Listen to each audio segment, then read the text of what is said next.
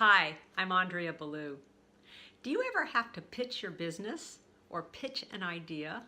I think most of us do at some point. And there is a very specific process to having success doing that.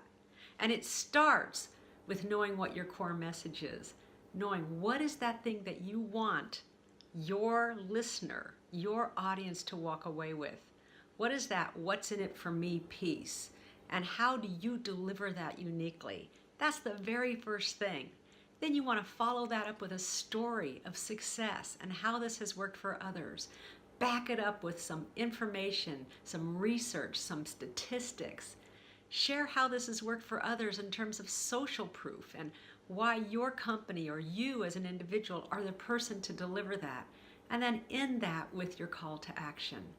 This takes people on a journey through both understanding mentally and emotionally why doing business with you is the thing that they want to do. So remember, when you need to pitch, start with that core message, end with that call to action. Thanks so much for listening. See you next time. Bye.